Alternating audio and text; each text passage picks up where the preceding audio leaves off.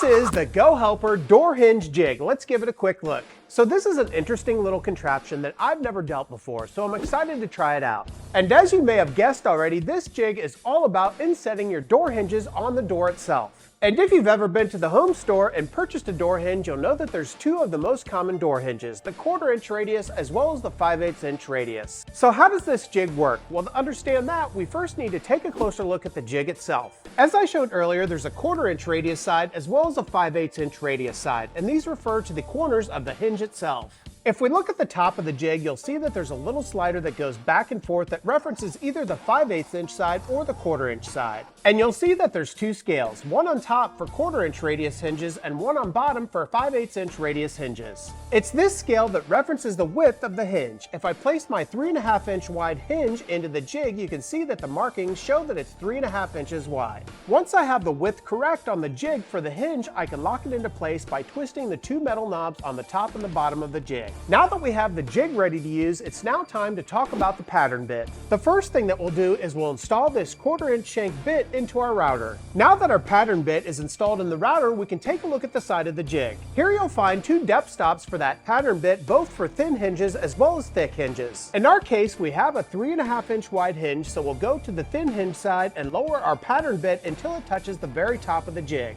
With our jig and our router now ready, we can move on to attaching the jig to the door, which in my case will be this scrap piece of birch butcher block. Simply slide the jig over the door and lock it into place with the two clamps on the front of the jig. And now that the jig is in place, we'll take our router, place it on top of the jig, and hog out the material where the hinge will go. So with my router in place and flipped on, I can begin to hog out that material. And as I remove the router, you can see how perfectly cut out that inlay is. And with the jig removed, we can continue with the installation of the hinge. And this is where that center finding drill bit comes into play. Simply take the bit and place it into your hinge holes to pre-drill your pilot holes. And here you'll see how perfectly aligned those pilot holes are to the center of the holes on the hinge. So all that's left to do is to grab the hardware for the hinge, grab that double-sided impact driver bit, and drive in the 3 screws. And just like that, you have a perfectly mounted and perfectly flush door hinge. So if you're a person that installs any type of door hinges at all, I think it's worth checking out this Go Helper door hinge jig.